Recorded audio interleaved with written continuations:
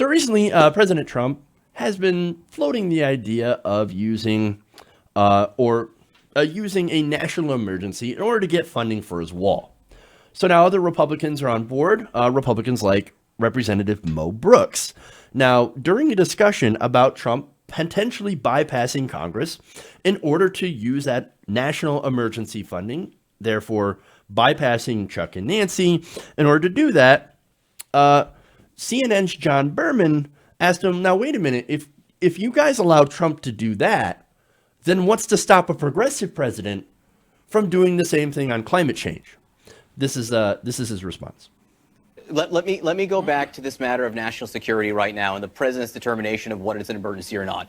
Say 5 years from now, there's a hurricane, a vast hurricane, and there's a Democratic president who believes that climate change was involved with the hurricane. Thousands of people die from it. Could that president, he or she, then say he needs a national emergency declaration to get money to fight that?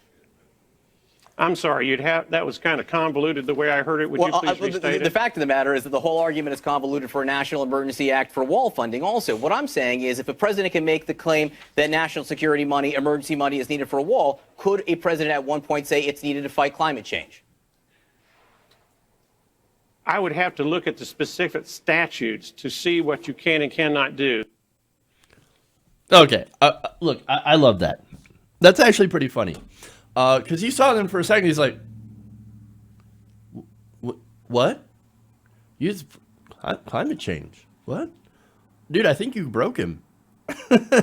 In this hypothetical from John Berman, he's like, oh shit, I didn't even think about that. Oh no. What if a progressive president might actually make climate change a national emergency? Oh my God. Yeah, well, it is kind of an emergency, actually. But before I get to serious stuff, because we got another video on this, because it's fun once he collects himself.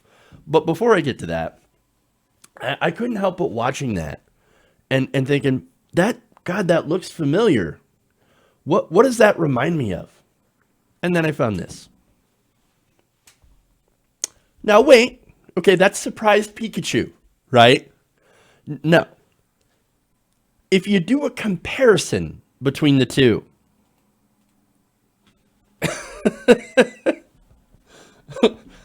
that is his exact face, like surprised Mo Brooks.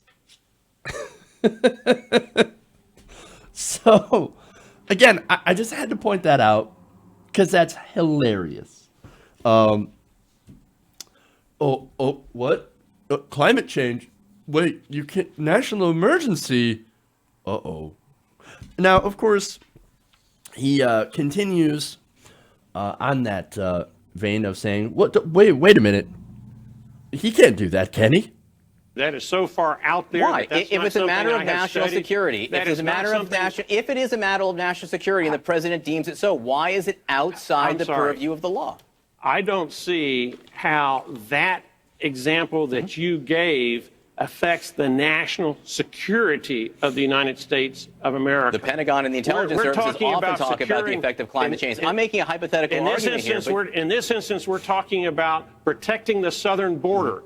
Any nation to exist has borders. And the primary function of a nation with respect to those borders is to secure them. So that is a matter of national security by definition. Okay.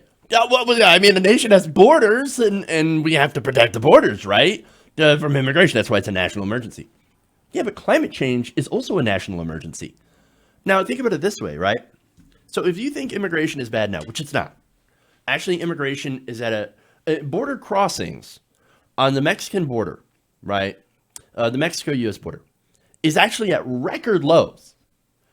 And you have more people leaving than coming in. And then, of course, but the caravan is basically made up. So, come on, man.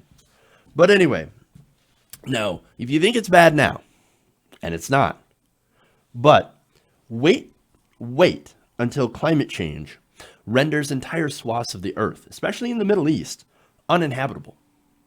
That is going to happen. Now, what's going to happen to the people there? They're not just going to stay there and die now, are they? No. No, they all got to go somewhere, right? And guess what? Some of them inevitably are going to come here.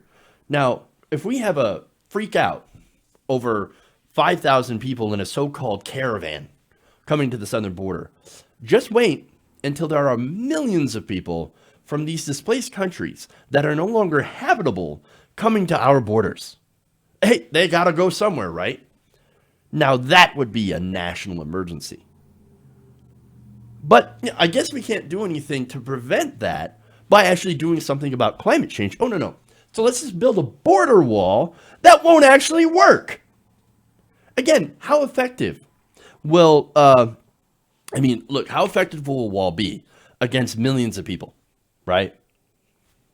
Or even better question, right? Look, one effect of climate change will be massive sea level rise. Okay?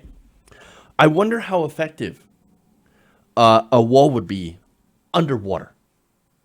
I can't imagine it would be very effective. Okay? But Mo Brooks would be dead by then, right? So he's not going to care. He'll have his millions of dollars from oil and gas companies who live, and he'll be living comfortably in his gated community. And he'll be doing so while everything outside of that community burns. And then eventually the community itself will also burn. Hey guys, hopefully you enjoyed that free video. Now I'm going to have to ask you a favor. Between the demonetization and the YouTube algorithm messing around with view counts, etc., we're having a hard time adjusting to the new YouTube reality, which is where you guys come in. See, we have a patreon.com/TYTNation set up to help us rely on you guys, the viewers, instead of big corporate ads. Look, you know the show. You know I'm not in favor of big corporations anyway. So help us transition away from relying on the ad model to pay the bills and sign up to be a patron, patreon.com/TYTNation. That goes a long way to help us keep the lights on. And you guys will know that you're supporting independent progressive media.